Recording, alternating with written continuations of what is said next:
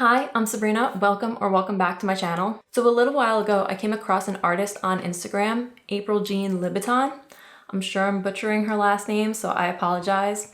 But she converts hoodies into cropped hoodies with corsets. And while I love the look of her pieces, they don't quite make sense for me and my style. First, almost all of her pieces seem to be name brand or have some kind of logo, and I don't personally like to wear anything with a brand or a logo on it. And then as far as the design, they all look like they have stays and they're corseted in the back. And while I love the aesthetic, it doesn't really make sense for my purposes, which would be to actually try and wear these for athletic activities I partake in, such as hiking, kayaking, and climbing. So I'm going to use her pieces as inspiration and try to make my own version that makes sense for me. So for my version, it's going to be less structured, and I'm going to ditch the stays and just make seams to mimic the look. And then instead of a corset back, I'm going to do a zipper up the front. Then to add a little bit more flavor to the hoodie, I want to try to make the sleeves kind of a bubble bell shape. And lastly, her hoodie is cropped so it covers the chest, but I wouldn't mind if mine shows a little bit of cleavage. And that's it. Let's see if I can make it a reality. So this is my base hoodie I'll be starting with that I got from Goodwill. I went very oversized because I wanted extra fabric to work with in case anything went wrong. So to start, I had bought a 12-inch zipper for the corset part and had to make sure when cropping the hoodie part, I was leaving the bottom long enough for the zipper and hem.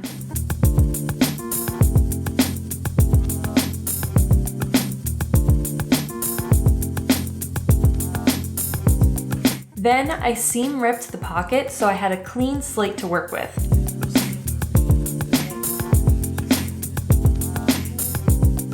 I didn't realize that the seam where the pocket was going to leave a mark or holes from that seam, but I figured I'd deal with that later.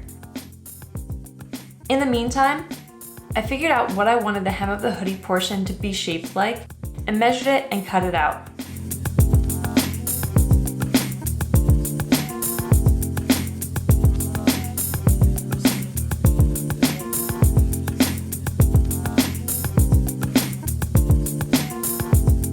And with that, I had the base for the cropped hoodie.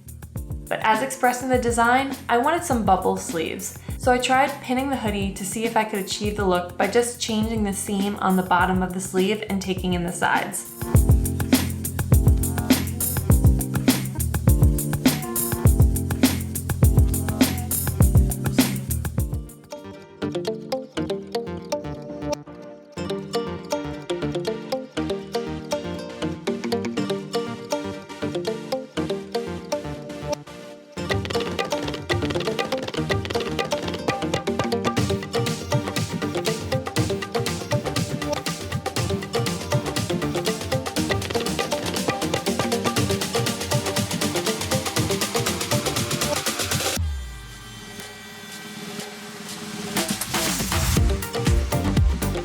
Unfortunately, it wasn't giving quite the shape I had been hoping for, so instead I tried taking in both the bottom seam that runs along the underside of the arm while also creating a seam along the top of the arm to give more of a uniform bubble at the bottom. Now it occurred to me afterwards, a better way I probably could have achieved that bubble shape would be to cut the cuff off the narrow end of the sleeve, use the wide end of the sleeve to make my bubble shape, and then put the cuff on that end. But alas, hindsight is 20/20. So I sewed the one sleeve on, but I was on the phone with my mom, and so I forgot to record. Luckily there are two, so now I'm gonna sew the second sleeve on, and I'll show you how I did that. This took some mental gymnastics for me, but basically the sleeve stays right side out while the rest of the hoodie is inside out, and that will give you the seam on the inside of the garment with the fabric facing the right way on both sleeve and base of hoodie.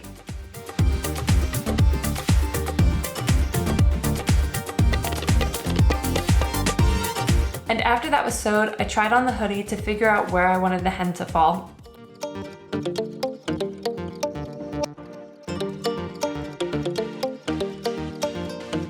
Once I had a rough idea of where I wanted the hem, I laid it out flat and measured it to make sure it was all even and then sewed it.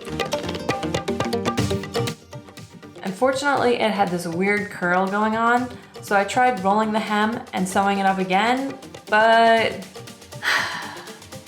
it didn't really solve the problem. I'll think on that one. Spoiler alert, I ended up rolling it up again and sewing it again, and for some reason that worked. I don't know why, but yay. And now that that was situated, it was time to move on to the corset part. For this, I thought I had a shirt in my wardrobe that I could use as a reference for a pattern, but the shirt was a lot simpler than I remembered, and it relied heavily on the stretchy material for the fit. So instead, I went to Joann's to try to pick out a pattern. I went through all their patterns and narrowed it down to about 5 that kind of made sense for the look I was going for. Unfortunately, they only had 2 in stock that were in my size, and of the 5, they were the 2 I was least excited about. I still got one, but it wasn't exactly the look I was going for. As you can see, it is not open. I went home and went through my wardrobe again, and I found a different shirt that I thought might be good as a reference for a pattern. But since I had so little fabric, I thought a smart idea would be to make a mock-up first before I used the actual hoodie.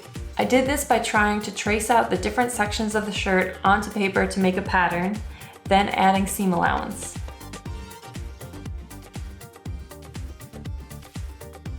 Then using that pattern, I made a mock-up out of an old shirt, and once the mock-up seemed good, it was time to move on to the real one.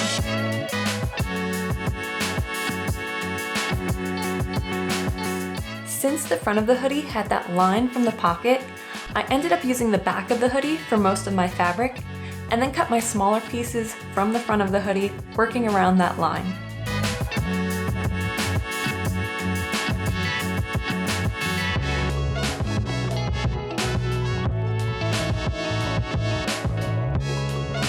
For the cups, I cut out 2 layers, that way I wouldn't have to worry about wearing a bra.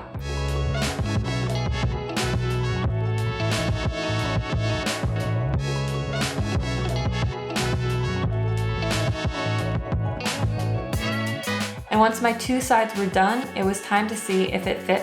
Originally, I had left the hem of the hoodie on because I thought I could just end up keeping that as the bottom, but it didn't line up at all and wasn't allowing the fabric to stretch, so instead I removed it, and once that was removed and I added 2 pieces to the back, we were good to go, and it was time to add the zipper.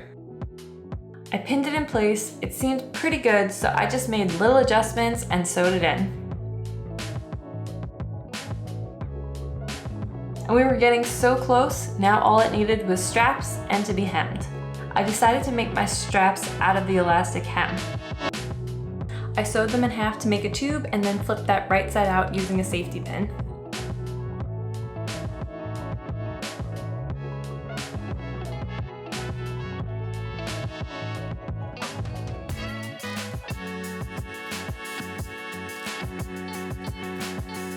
Then ironed them so they were nice and flat.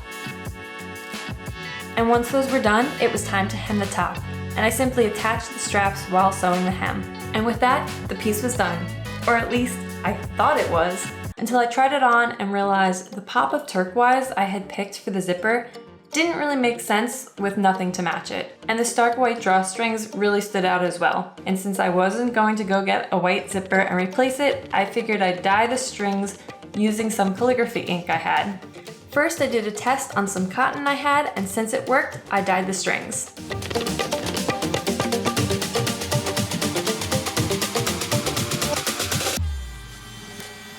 When they were done, I gave them a rinse and realized they didn't work out as well as I had hoped. So instead, I ran to the store, got actual dye, and now the piece was done. Time for the reveal.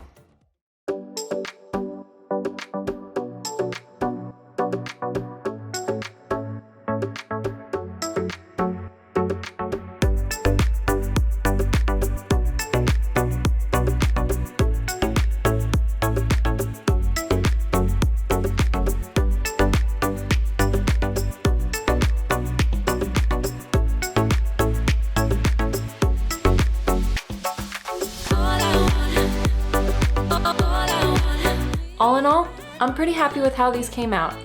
I like that these pieces can be worn as a set, or I can mix and match them with other outfits. Thank you so much for watching, I hope you enjoyed, and I hope to see you in the next one. Bye!